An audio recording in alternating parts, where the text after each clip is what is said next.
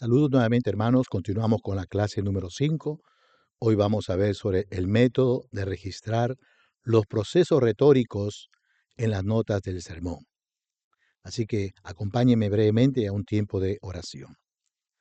Padre nuestro, Señor, te damos gracias porque nuevamente podemos salir en el aire con el propósito de poder seguir grabando estas clases que sean de ayuda, edificación para nuestras vidas, cuando tengamos que preparar un sermón con el propósito de explicar, exponer tu palabra.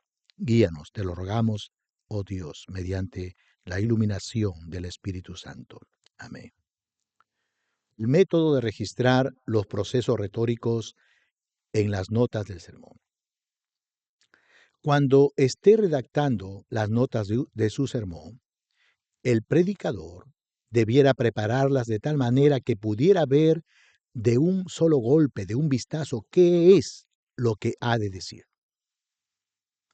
Cada afirmación en la expansión del bosquejo del sermón debiera ser tan concisa como fuera posible, en consonancia con su legibilidad. En lugar de usar oraciones completas, el predicador debiera usar frases breves siempre que sea posible. Las palabras largas pueden frecuentemente abreviarse a unas pocas letras. Ahora, por amor a la claridad, cada nueva idea debería ser puesta en una línea por sí sola, y el material bajo cada división y subdivisión debería quedar indentado, es decir, hacer espacios hacia la derecha para mover una línea de código, de manera que las notas bajo cada sección del bosquejo queden evidentes con un golpe de vista.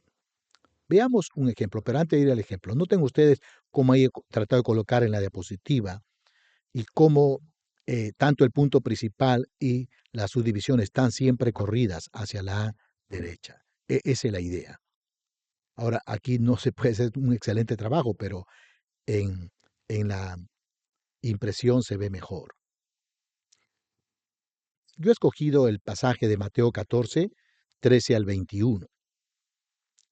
Y después de haber leído, de haber estudiado, haber hecho la parte exegética, eh, ahí podemos ver con respecto a los temas, en este caso escogí el tema atributos o perfecciones del Señor Jesús. Y ahí habla sobre el milagro, ¿no es cierto?, de los 5,000, el milagro de los panes y peces. Entonces he puesto como título, Nuestro incomparable Señor Jesús. A manera de introducción podemos comenzar, como el caso que yo he colocado ahí, el himno Incomparable Amor. Y ahí hablo que incomparable amor, aquel que mi Jesús mostró, etc. Luego he puesto la canción Dios incomparable. Eres Dios eterno, solo tú eres bueno, Dios incomparable eres tú. ¿Okay? Tanto un himno como una canción. Tal vez porque en la audiencia puede haber hermanos que le gustan himnos, otro hermano que le gusta canción, y ahí está la letra. Parte C. Las letras tanto del himno y de la canción dice que Jesús es incomparable. ¿Qué significa la palabra incomparable? Significa que no se puede comparar, especialmente porque tiene cualidades extraordinarias, extraordinariamente buenas. Pero en el caso de Jesús, tiene cualidades no solamente extraordinariamente buenas, además perfectas. ¿Por qué estoy mencionando esto?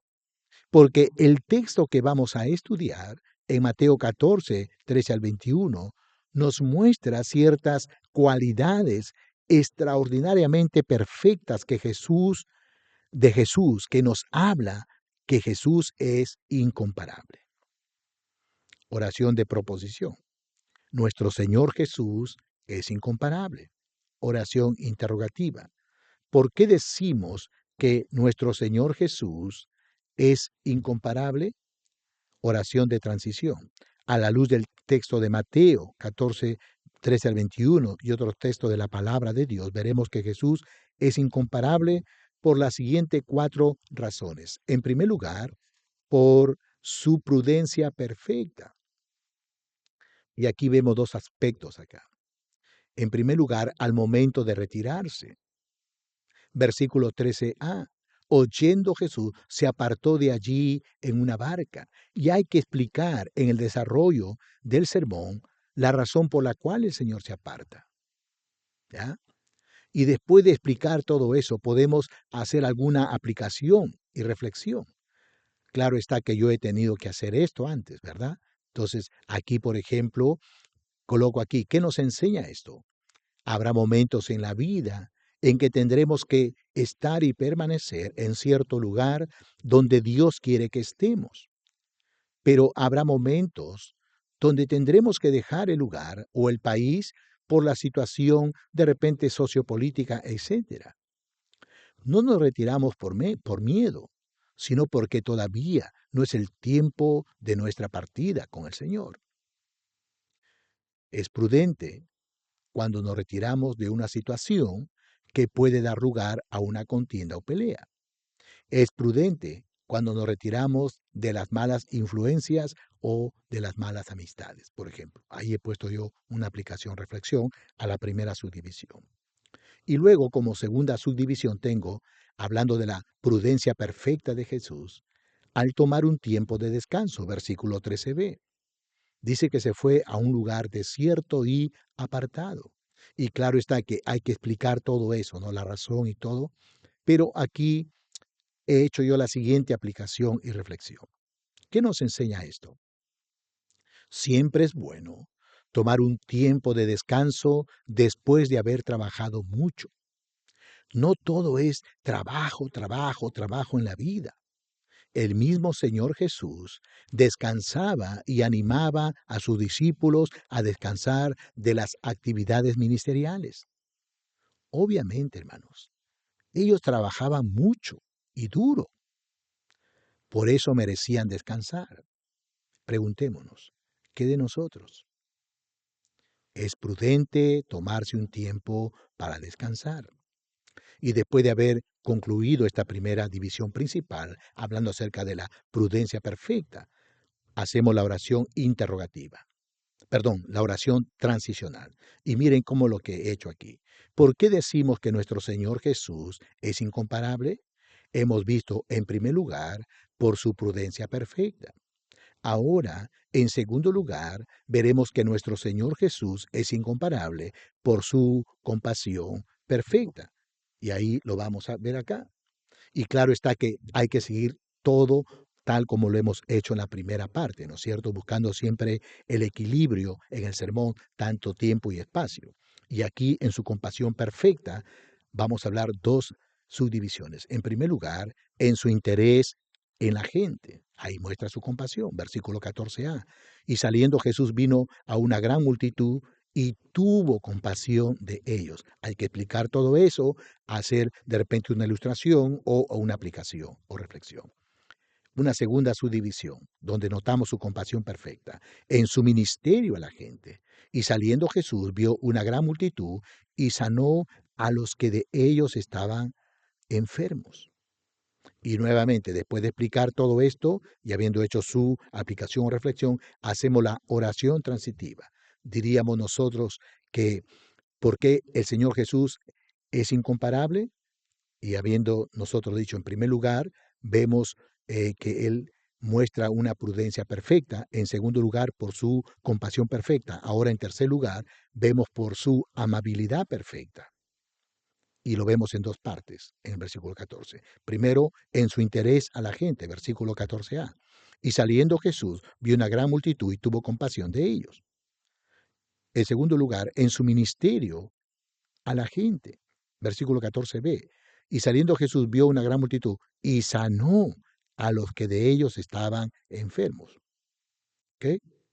Perdón, por su amabilidad perfecta. Es 15 al 18. Disculpen, hermanos. En su respuesta de gracia a sus discípulos, ¿cierto? Y aquí vemos su amabilidad, cómo él responde a la gente. Versículos 15 y 16. Cuando anochecía se acercaron a él sus discípulos diciendo, el lugar es desierto y la hora ya pasada. Despide a la multitud para que vayan por las aldeas y compren de comer. Jesús les dijo, no tienen necesidad de irse, dale vosotros de comer. Luego, en una segunda subdivisión, donde vemos su amabilidad perfecta, es su trato paciente hacia sus discípulos. Y ellos dijeron, no tenemos aquí sino 5 panes y 2 peces. Él les dijo, tráemelos acá. Entonces, después de haber hecho todo eso, hacemos nuestras aplicaciones o reflexión y luego la oración transitiva que me permite conectar de repente el tercer punto con el cuarto punto. Podemos decir, ¿por qué el Señor Jesús es incomparable? Hemos visto en tercer lugar por su amabilidad perfecta. Ahora, finalmente, en cuarto lugar, veremos por su poder infinito. Y hablamos ahí, los versos 19 al 21. Y aquí vemos dos subdivisiones. En su absoluto control y completa serenidad.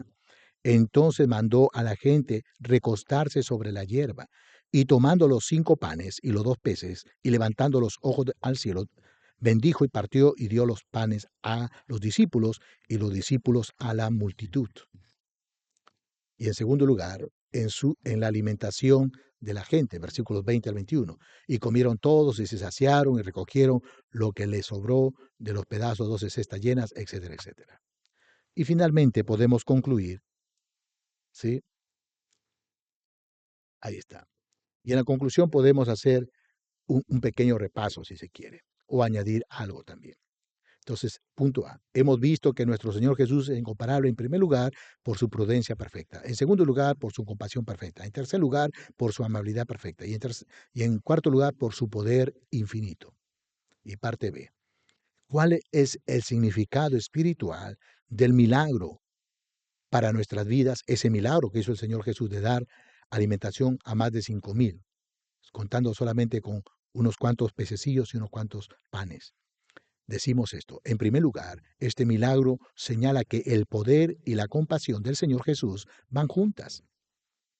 Jesús usa su autoridad sobre los alimentos y le obedecen. Pero nuevamente, la autoridad de Jesús está al servicio de su compasión. Sanó a los enfermos y dio alimento a la multitud. En segundo lugar, este milagro señala que Cristo Jesús es el cumplimiento de la profecía del Antiguo Testamento, aquel, a- aquel hacia quien señalan los profetas. La gente se preguntó, ¿había dado Moisés maná a los israelitas? Esto era solo una sombra de aquel que era el verdadero pan del cielo, como dice Juan 6:32. Aquí, en Bethsaida, estaba con Jesús más de 5,000 personas para quienes 5 panes y 2 peces fueron más que suficientes. No es sorprendente que la gente dijera, este verdaderamente es el profeta que había de venir al mundo, tal como dice Deuteronomio 18, 15 al 18. Y en tercer lugar, este milagro es una hermosa lección de la suficiencia del Señor Jesús para su pueblo, presentado como el Salvador perfecto, el que provee tanto para el cuerpo como para el alma.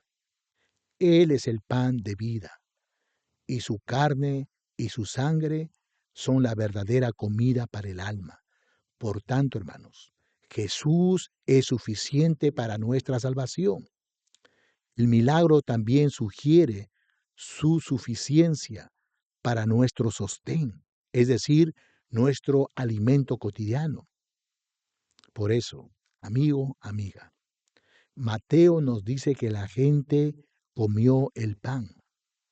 Y Juan 6:35 nos enseña que venir, creer y comer son sinónimos.